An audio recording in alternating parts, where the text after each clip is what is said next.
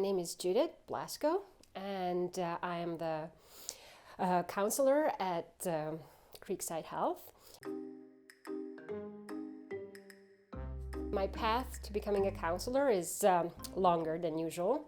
I went to the University of Economics in Budapest, so I first started out as a finance person, but when I was working in the finance department, I realized that I'm more interested in the people and the dynamics in the organization than in the numbers.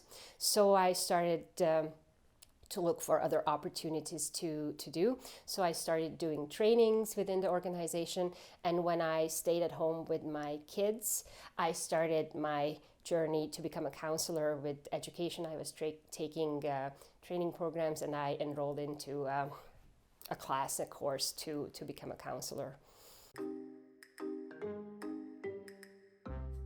The main thing that interests me in people is the dynamics between them, the transactions people use between each other, and then I can start seeing like psychological games that they play, which is interesting to see where they come from, and also the internal dynamics of a person as like why are they reacting to something in a way that they're doing, which is a little bit interesting. So, but everybody has a reason. So nobody's acting in a strange way because they don't have a reason. So what I like to find is always the reason behind the behavior, the feelings, and the thoughts.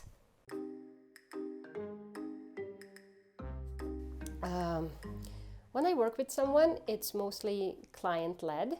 So it depends on the client how fast we move and how their journey in counseling is going. I am there as a person and the support to help them on their journey. So I ask questions and I listen, and I try to find different perspectives so they can see their challenges, their problems, their issues in a different light. So that's mainly what I do. So it always depends on the client. Some clients want to go super fast, some clients need more time. Well, I always want to find out what the goal is for the client. Some clients really want to work on the root causes of their depression, which can be anything in their past or in their present even, and so work with that and then try to understand why they have reacted with depression or depressive symptoms. And some clients are more looking to cope. They are not ready to discover the root causes yet, but they want coping mechanisms and coping styles, and then I can help them try to some coping skills and teach them coping skills. And anxiety is interesting because anxiety is really a normal reaction. So it's the body's and the mind's reaction to stress, so we can cope with it better. But sometimes we overdo it. Our brain gets stuck in anxiety, and that's when it becomes a problem, that we are anxious all the time, or there are some factors that make us anxious which are not really stressful in the present situation. So that's when clients come and see me, and they try to get over their anxiety or also learn coping skills until they can get over their anxiety. And yes, lots of young people have anxiety these days, and when I was working with youth, I noticed that yes, they are struggling with it, but with counseling, I'm not saying it's easy to overcome, but it can be treated and helped, and we can go back to the normal life without anxiety. I feel that it is a good idea to get therapy, even youth, or even for not youth, anybody. It's kind of like when there's a problem with our body, or we have a ski accident or a bike accident, it's smarter to see a doctor than not. So I look at counseling that way, that we are taking care of our mind, our mental health, and it is really important. And I do believe that the body and mind work together. So to be healthy and balanced, we do need to take care of our mental health. Well, working with people, first of all, I love listening to people's stories and how they live and how they experience things, because everybody is very unique and I'm learning from my clients every day. And what I really like in my job is helping people change and to help them to thrive instead of just getting by. And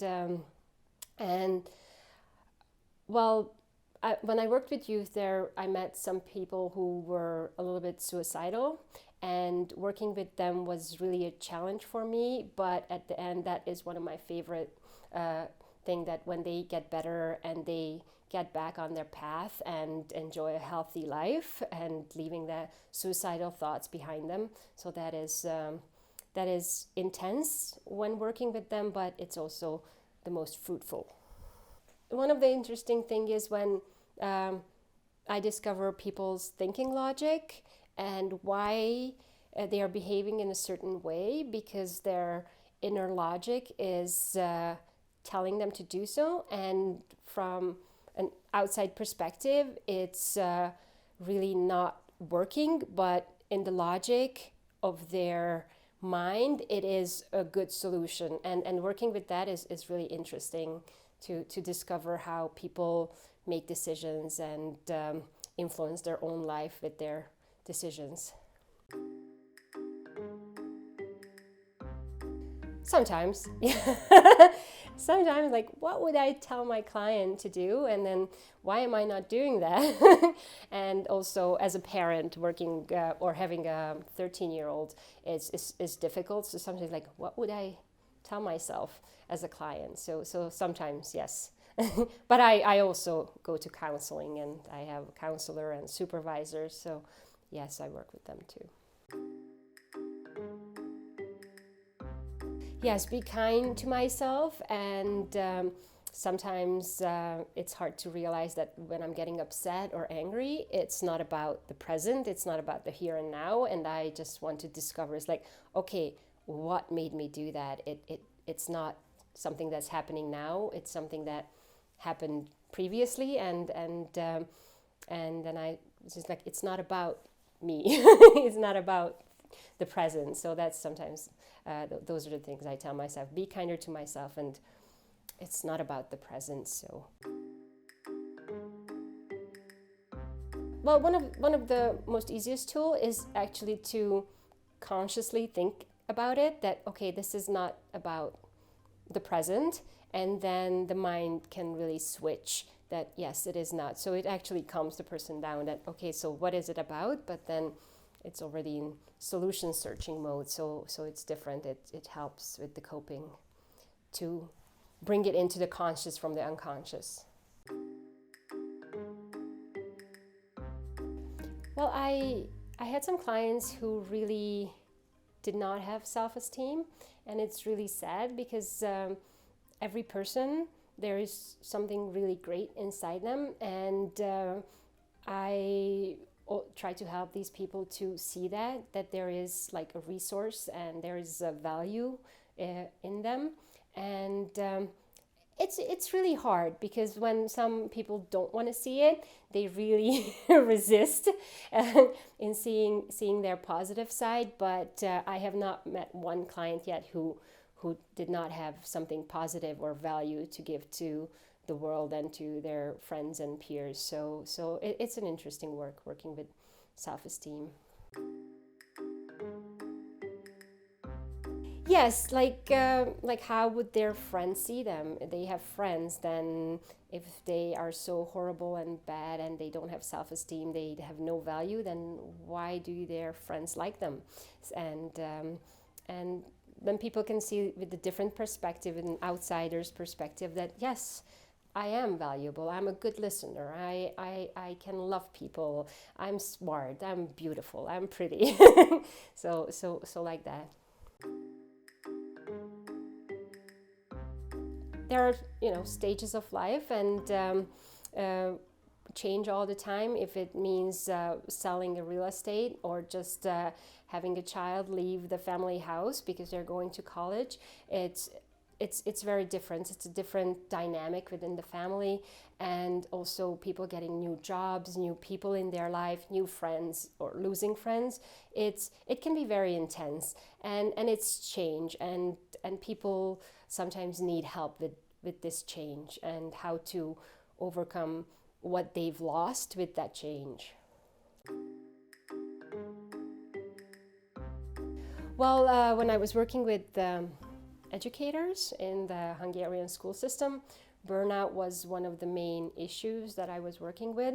It's really hard to see when a person is in burnout for themselves. They just feel the loss of interest, the motivation, and they don't know why they lost their touch, and that's usually the signs of burnout. And then we need to step back and re-examine why is that happening and what should be done about that. Well, people who want to change careers or are deciding on their careers, they sometimes need outside perspective, and they need to talk through their thoughts and feelings, and sometimes such discussions can bring to the surface questions and problems and fears, and that's how I work with that we can uncover if there's a fear behind a change or something else that they need to address. When I was working with youth, I worked a lot with people who were questioning their sexuality or were unsure of who they were. And I was working with these people to kind of discover themselves and to understand themselves, and that whatever they feel is normal. And I really loved working with people questioning their gender or sexuality, because I felt their trust, because some were telling me stories they never told anyone, and I really felt happy that I was the one who could help them and guide them and help through their really hard time of understanding who they are. Sometimes they are unsure, they don't understand what is happening to them. Some don't think it's normal, and they are afraid of not being like normal like other people. So there's a lot of fear and a lot of guilt and a lot of unhappiness in those people.